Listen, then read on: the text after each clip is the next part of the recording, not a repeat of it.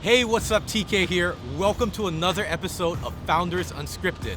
And today I've got an amazing episode lined up for you where I interview James Richards. Now, his story is so amazing because he ended up going from corporate to quitting his job as a lawyer at age 22. And in this episode, we're gonna dive into his story, how he got started, and how he ended up eventually coming up with an idea to get accepted into Y-combinator, the summer batch 2013, and learn how he ended up getting his first angel check and raising over $1 million on demo day, and then ended up doing a bridge, or what we call a seed plus round, for over $2 million, ended up raising $3.5 million to launch his company, Teleborder. So let's check it out.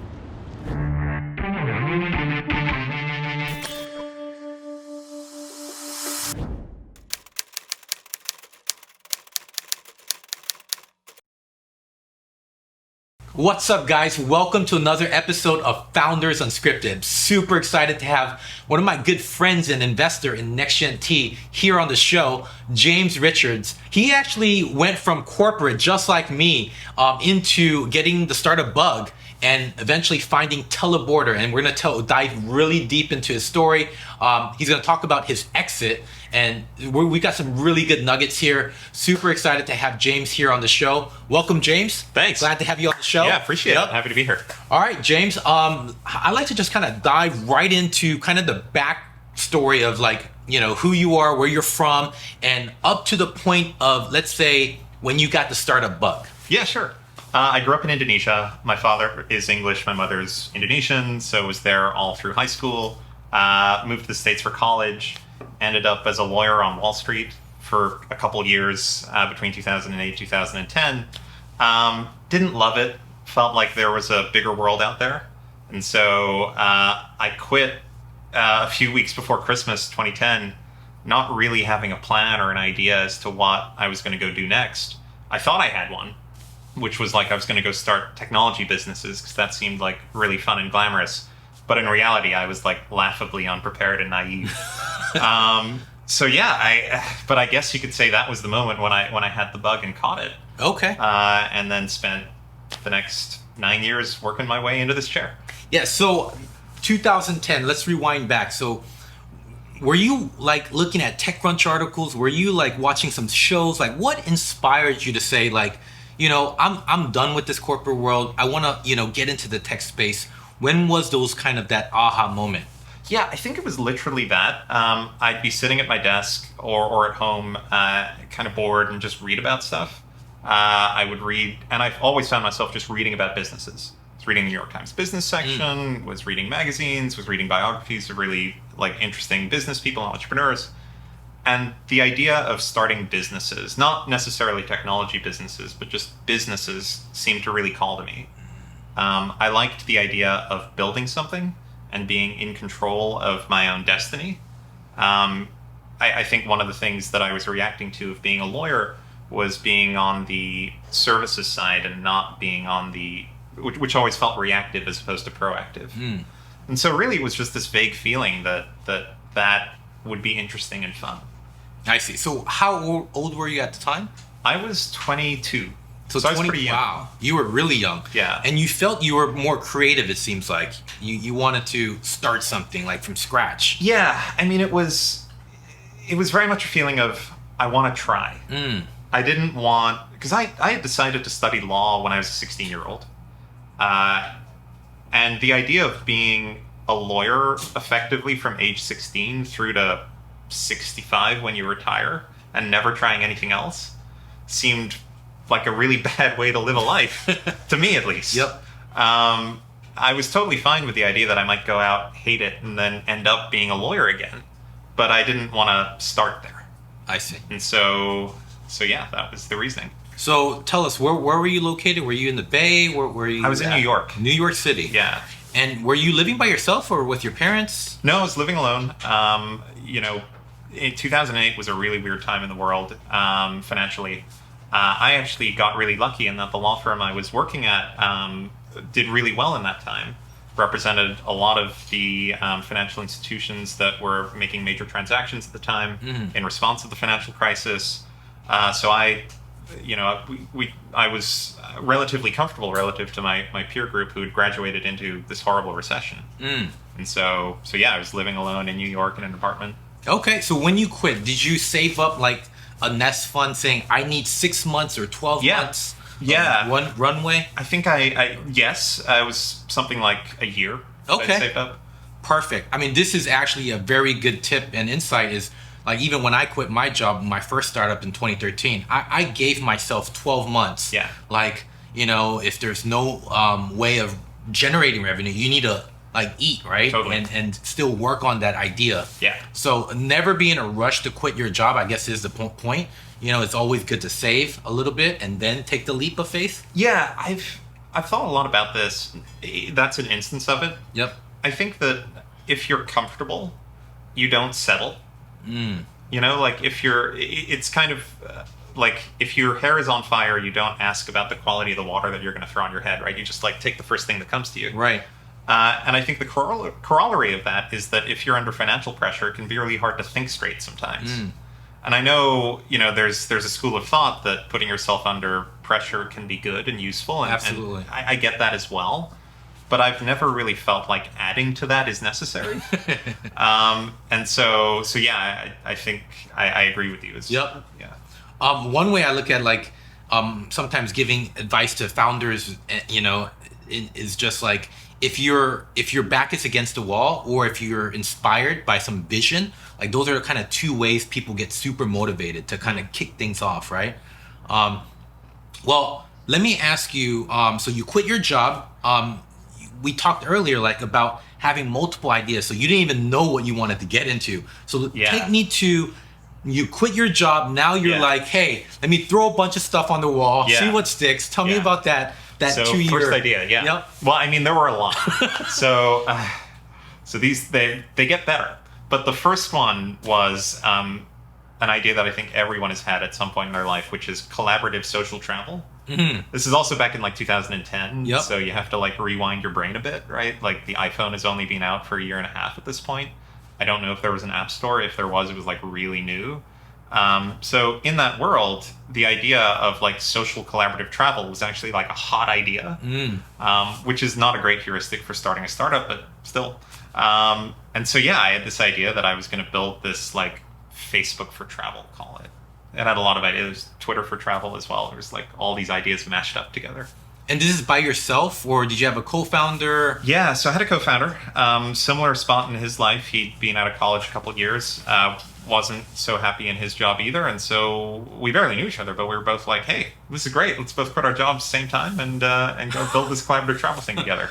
So how'd you guys meet? And was he a technical co-founder? So he was technical. We met through the Columbia alumni community. I went to Columbia Law School. He went to Columbia undergrad. Okay, Yeah. Perfect. So in hindsight, do you recommend always finding a technical co-founder, or no? If you... He was great. He is great. We're still friends. We talked recently. But I think that when I was starting out, and I see this a lot in people, you think in terms of what I can't do. You know, if I was non-technical, I thought, okay, clearly I must go find someone who is. And you see this a lot in technical founders who are like, well, I can't sell, so let me go find somebody who can. Or I can't raise money, let me go find someone who can. I don't think anyone's ever won by being less bad. I think people in general win by being really good at stuff. And so I think the better question that I should have been asking myself was, what am I like really good at? And how can I magnify that? And so co-founder, no co-founder, I think the better question is, what are you as an individual person really, really good at, and how can we take the most advantage of that? Oh, I love that. I actually agree. I mean, during my career development days, like in corporate world, I always thought the interview question, like, what's your strengths, what's your weaknesses? And if you even go into that, a lot of people like, oh, I have these weaknesses. Yeah. Let me stop working on my strengths. Right. Let me focus on bringing these weaknesses up. Yeah. And it's totally a total bad wrong. idea. Yeah. Right? Totally. I mean, if you look at interviews of like a lot of elite athletes, right? Like, I mean, Shaq, like Hall of Fame center, can't shoot free throws. Doesn't matter. Doesn't matter. We can nitpick like elite, like Steph Curry, not great in the post. Doesn't matter. Yep. You go all in on your strengths, guys. That's a really good insight and tip you should like dig into right from the start. So all these ideas you're sticking against, you know, I'm seeing what sticks on the wall. When was the aha moment for Teleborder? A lot later. Well, yeah, I mean, that 2-year period of my life, I'm very grateful for, where, you know, you're bootstrapping still, right? And bootstrapping, exhausting all my savings, defaulted on my mortgage. I mean, it was Whoa. It was an interesting time. It got ugly. It got ugly. It was an interesting time. Teleborder happened in the summer of 2013. So a lot of change in my apartment in New York. By then, I had moved out to the Bay Area with my then girlfriend, now wife. Okay. Who's from out here. We got into YC on a different idea. Yep. And pivoted during the batch, which I highly recommend. What was the original idea? So the original idea that we got into YC for was a company called Advisable. And the idea was to package legal services in a way such that you could sell them through e-commerce. So, for example, if you imagine the experience of buying a book on Amazon, you just go, you find the book, and you buy it, and it shows up at your house. Yep. You don't care which warehouse it came from. You don't care how long that book has been on the shelf. It's just a book, right? So long as it's the same price and shows up at your doorstep when it should, great. Getting legal services is the complete opposite, right? You have to shop for effectively the same service through multiple different providers, each of whom will say that they're different in some dimension that you aren't necessarily qualified to evaluate. All the pricing is all over the place, and then the timing is as well.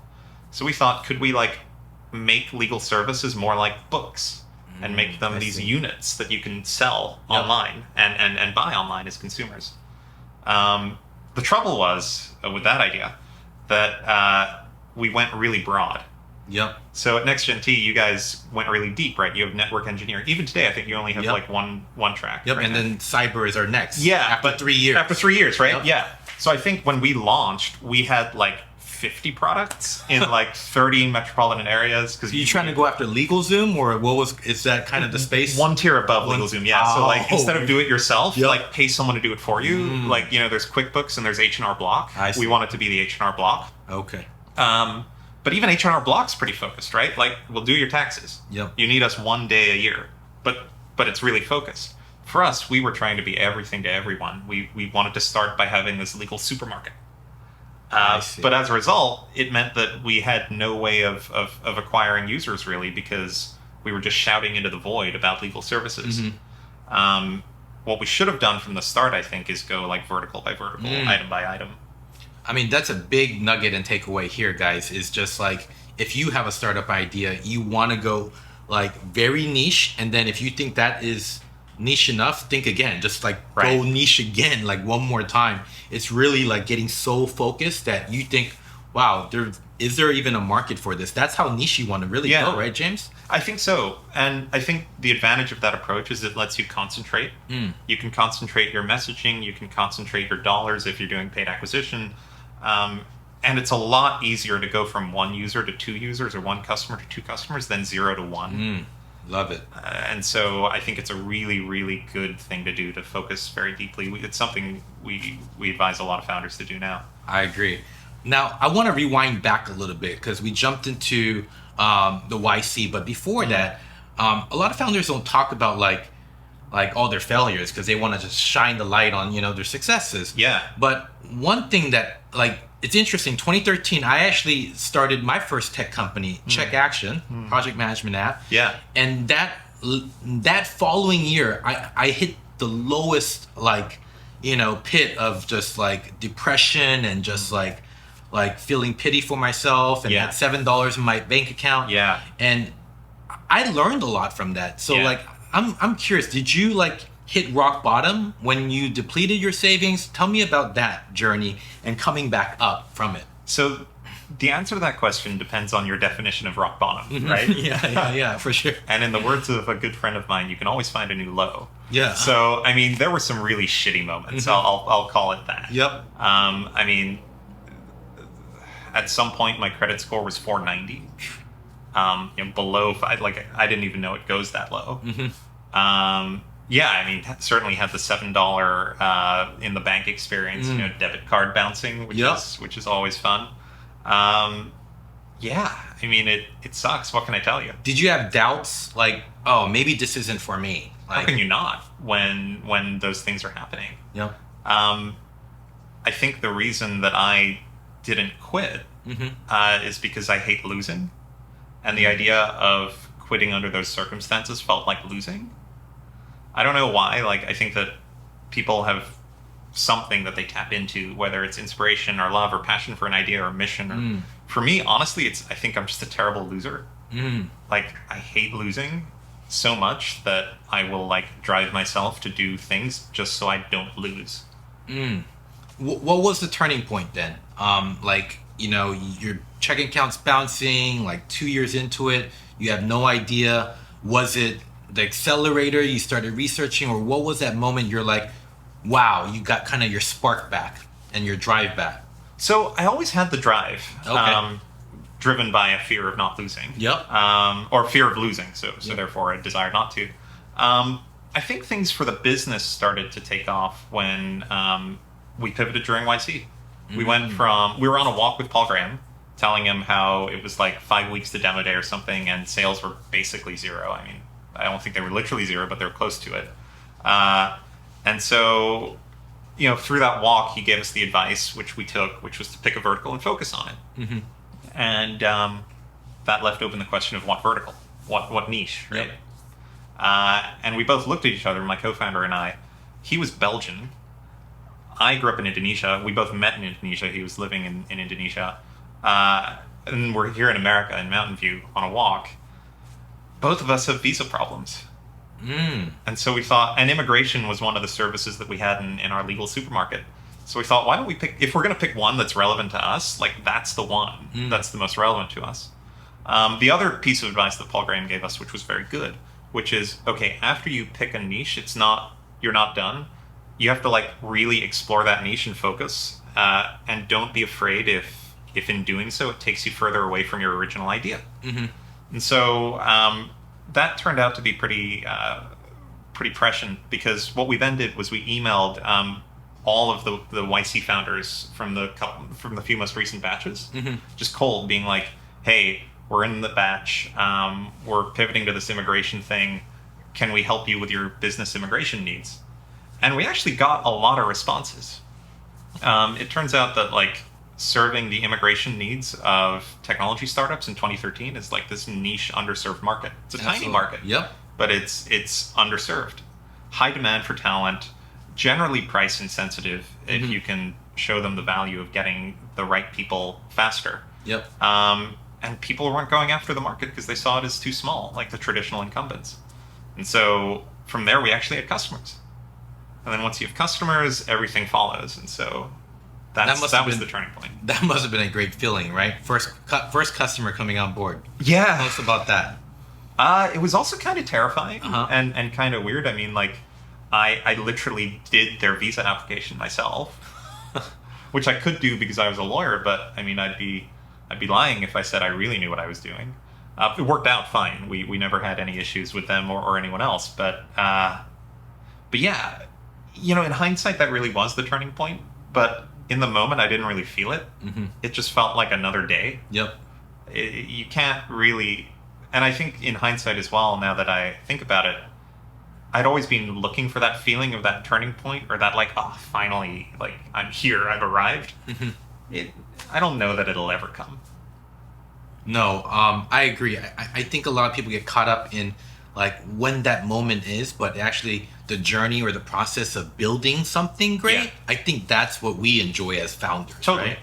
I think what did feel differently was, at that point at least, I was talking to a live human being on the other side, right? As opposed to like shouting into the void of the internet, hoping that like people would come use the thing that I had built.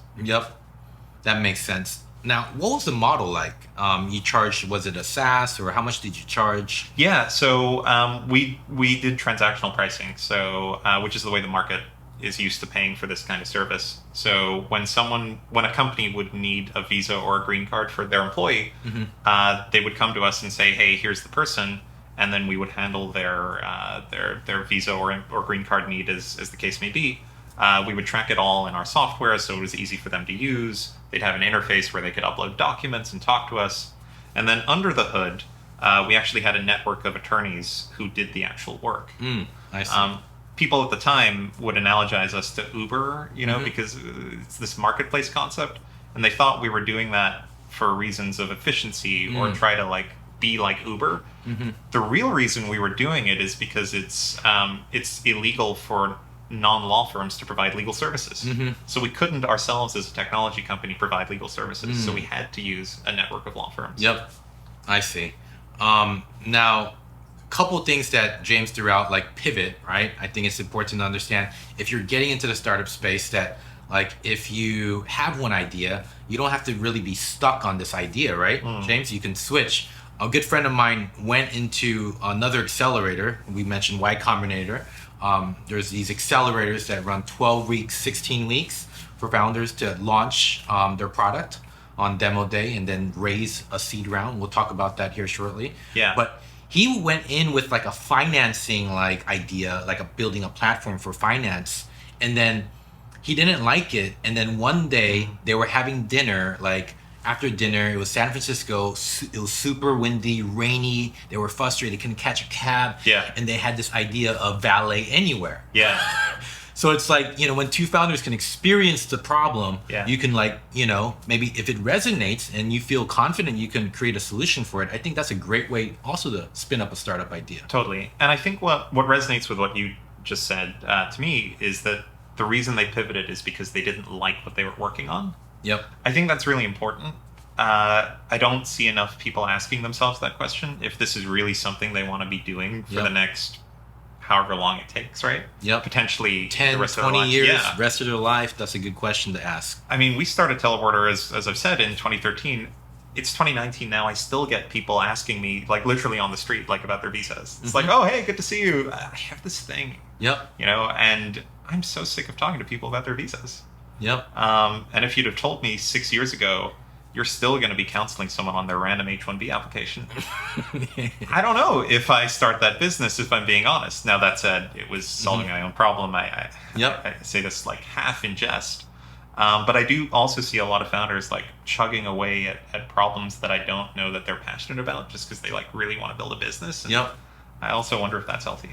No, I don't think it's healthy at all. I actually, the show is inspired to be, inspiring founders to find things they're passionate about. Because I think for an idea to really take off, I truly believe that a founder needs to have passion and hard work combined with making something work. Because it's when you don't give up and you can tap into that passion or that why you started this in the first place.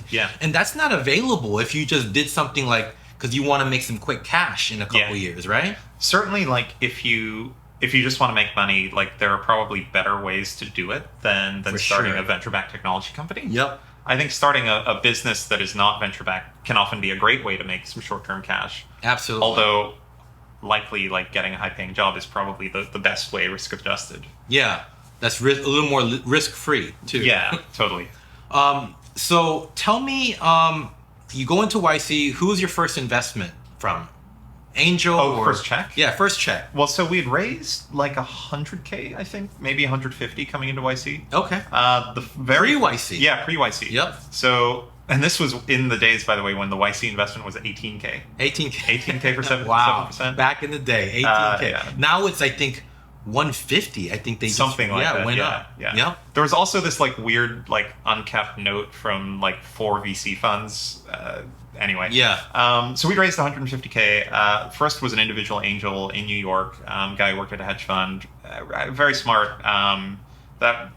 We actually still keep in touch. That's great. And then 100K or 50, can't remember, from a fund in Indonesia where I grew up, where I have a good relationship. So how'd you meet your first investor? And how'd you pitch him Teleborder? How did I meet his first? I think I met him because I was broke. Mm-hmm. And I had heard through my high school alumni group that this guy at a hedge fund wanted to hire someone who could speak English and Indonesian to translate some Indonesian research reports or something that he was looking at related to Indonesia. Wow, that's so we met for lunch and then became friends. Yep. How did I pitch him Teleborder? So I didn't. I pitched him Advisable.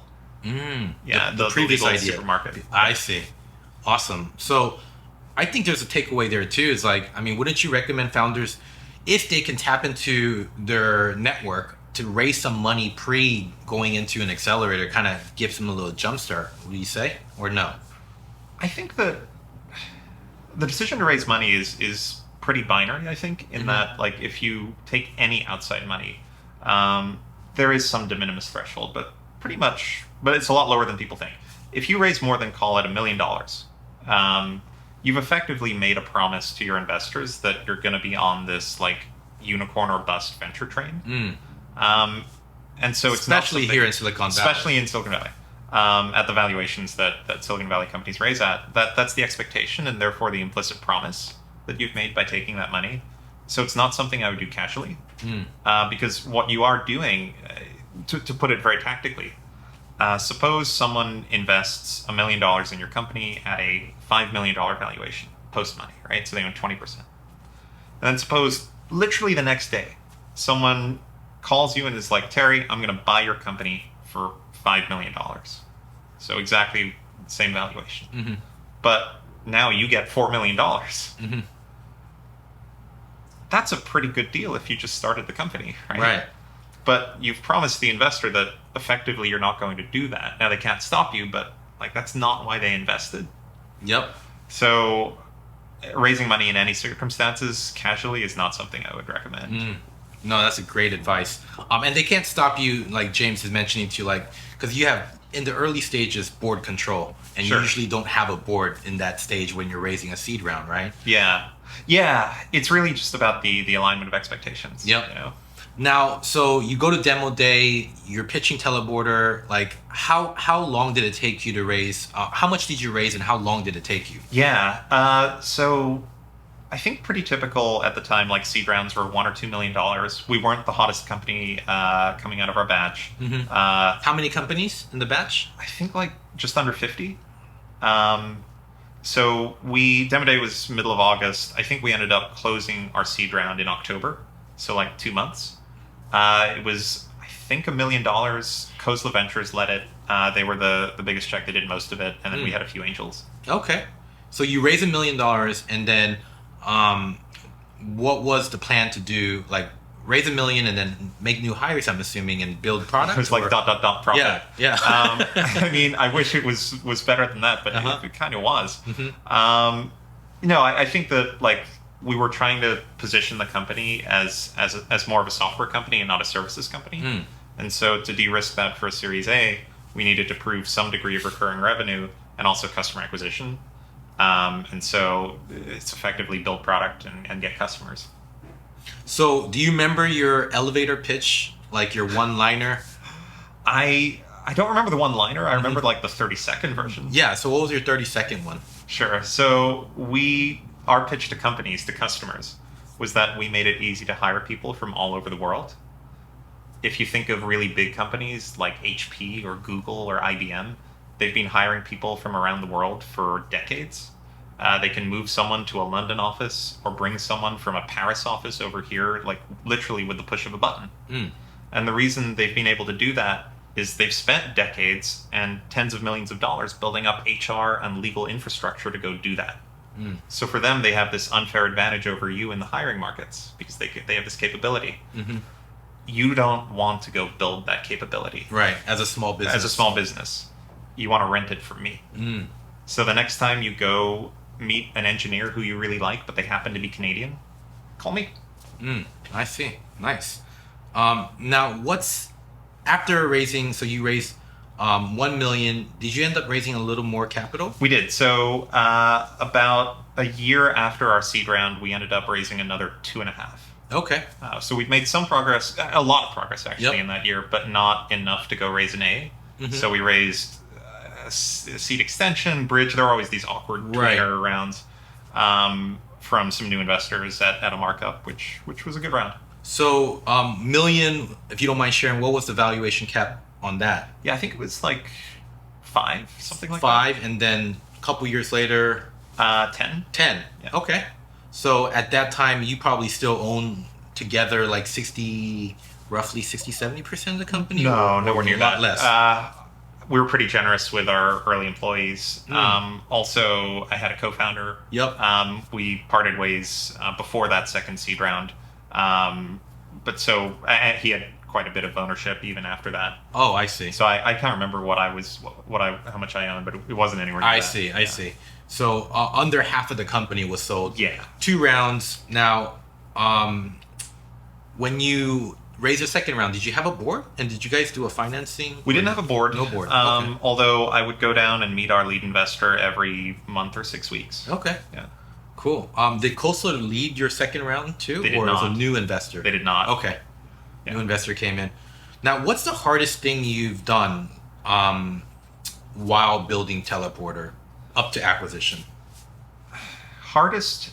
Well, so I think the thing that I ultimately failed to do was to build a business that had repeatable customer acquisition. In other words, we couldn't figure out a way to get lots and lots of customers to use us Repeatedly. Repeatedly. We would get a customer from here, from a referral, from there, from word of mouth, from PR or something, but there really wasn't any repeatability to it. And so it wasn't possible for us to scale the business and grow it because we were constrained by customers, by the top line. One layer below that, though, you can attribute that to maybe lack of product market fit. You can attribute that to poor leadership, surely. You can attribute it to any number of things, but that was ultimately the thing that we failed to do. In terms of what was the most difficult thing I had to do at the company, when we failed to build a repeatable customer acquisition process, we ended up missing all of our revenue targets 2 quarters in a row.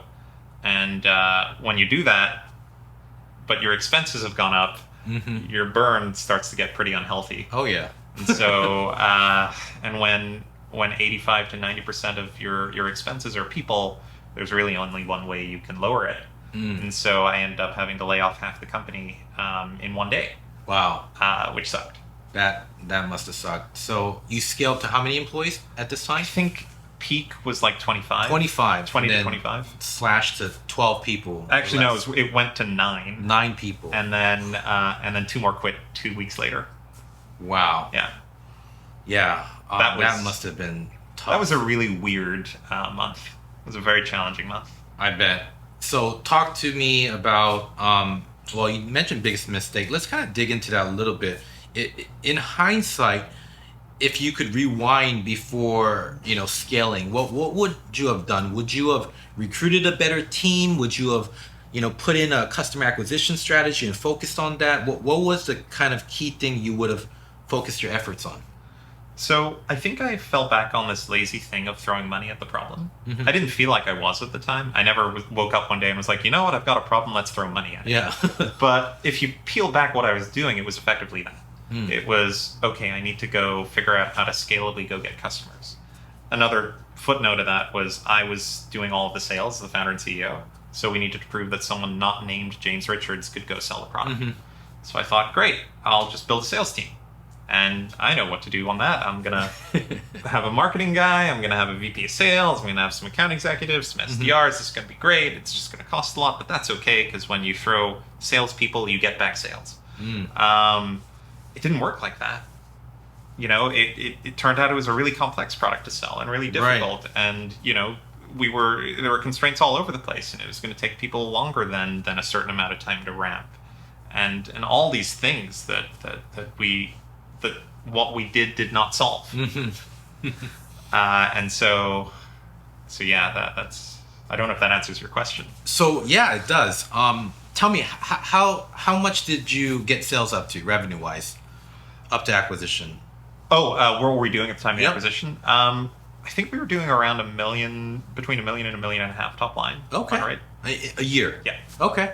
Now, but it was lumpy as hell. Yeah, it was great months, and we'd have some terrible months. I see. So tell me about the exit now, briefly. How did that come about? Yeah. So so I guess there's two modes of a company, right? You can either be bought or be sold. Mm-hmm. And there was a time in our life cycle where we were potentially being bought, and we decided to turn that down in order to go raise the second seed round. Okay. You actually had offers, or just interest? It was like a lot of inbound interest. In between. Okay. In between. And we declined to pursue to like formal offers because we were like, we're going to take the term sheet route. Yep. But then within a year of our doing that, it became pretty clear that we weren't going to be able to be this big independent company that we had hoped. Mm-hmm. And so at that point, we effectively went back to the folks who were interested and were like, you might remember us from a year ago, a year and a half ago. Except this time we've raised an extra $2.5 million of pref on our cap table, and that was challenging. I see. So you mentioned this was like a down exit, right? Yeah. So for those founders that are watching, it's like not every exit strategy or exit can be like all complete upside. It could also be an acqui-hire. It could be a downside or a down round. In this case, Yeah, we sold for less than the amount that we had raised. Yep. But it was a great package for you to transition into joining TriNet, right? Talk about that briefly. Yeah, I mean, there came a point, after I'd laid off all those people and the dust had settled and kind of stabilized the team, where we as a group had to decide, what are we doing? Do we think that there's a path forward still, or do we not? And I think that I certainly had the feeling that there wasn't really a path to our being this scalable company. We would have figured that out by then, and we had tried pretty much every version of getting that to work that we could. So at that point, we thought, okay, we can return the money that we have in the bank. How much did you have? Not much. Okay. Or, I mean, we had enough to last us 6 to 9 more months, we'd call it, but not much. Or we could lay more people off to get profitable. The challenge there was, if you lay off your engineers, you basically lay off your future. If you lay off the people who are getting the revenue, like your services people, then you lay off your present because you're laying off the revenue. So you actually don't. Right. You end up in the same place regardless, just with fewer people. So the third option, after consultation with our investors, that they were okay with us pursuing, was this acquisition process.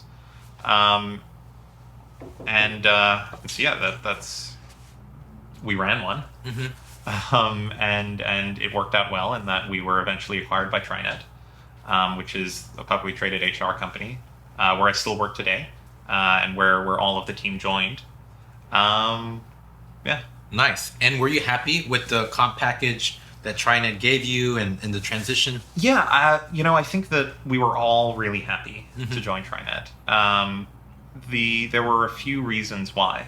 One, I had never worked at a public company before, and so I thought that would be, and has been, really interesting. Two, we felt like there was a really great fit between our product and TriNet's product, in that TriNet is this HR suite, but they didn't have an immigration or international product. Yep. And we would fill that gap. Third, they're in the Bay Area, and some of the folks we were talking to weren't.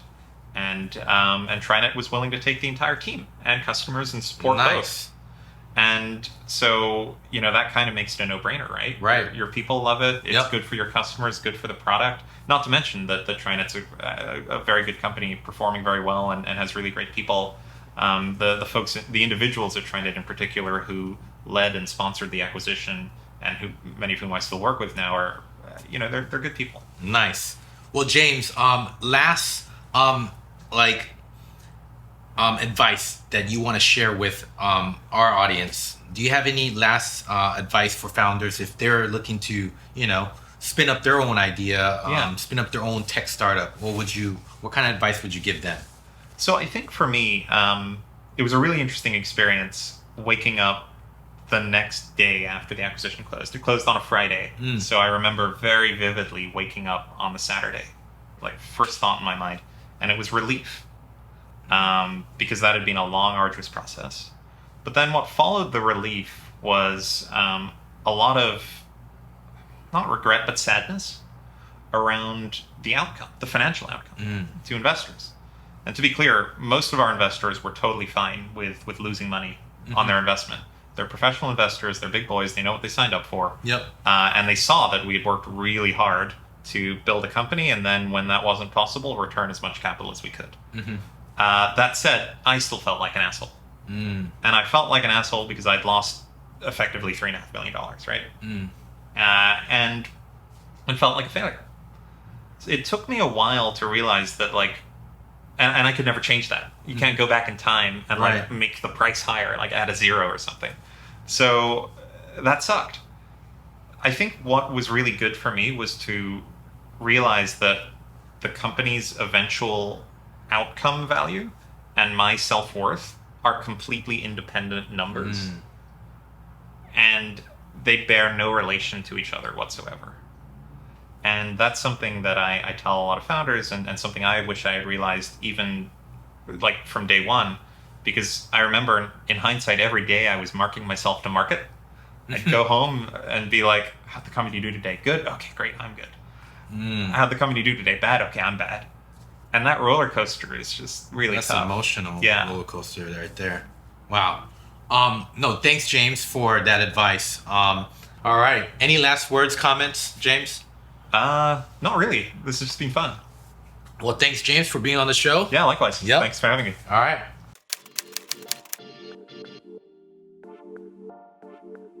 What's your favorite movie? Godfather Part 2. Favorite book? That's impossible, but to tell you what I'm reading right now, it's like super nerdy, but I am reading a book called Fundamentals of Power System Design. Okay. Or Fundamentals of Power System Economics. It's like a college textbook on like the way the grid is priced. Okay. It's actually really interesting. Super geeky right there, It is man. super geeky. Favorite habit that you've introduced to yourself recently? Every morning, I spend half an hour with my dog. Okay. Just hanging out. Nice. That's like my meditation time. That is awesome. Super weird. No, I like it. Favorite quote? I don't really have one. No. But if anyone can find it, like you remember how at the start of this interview we were talking about how you win by like being exceptional at something, not like being average at a lot of things. Going all in on one thing. I swear that when I was a kid, I like watched this interview by Thierry Henry, the French football player, who said that like he practices his right foot more than his left for this exact reason. It was like 20 years ago. If anyone on the internet who sees this can like find that clip, I've been looking for it for like 10 years. Okay, there's a challenge. That would then put be it in my the comment box. quote. Okay. Hey, what's up, guys? That is a wrap. Hope you enjoyed that episode with another great founder, really uncovering all the secrets and strategies and learning from his failures and successes. Hopefully one day will inspire you to launch a successful company that makes huge impact in this world. And if you enjoyed this episode, hit that subscribe button, share it with all your friends, and also comment below. Let me know what you liked. Let me know how it can improve the show, and I'll see you in the next episode.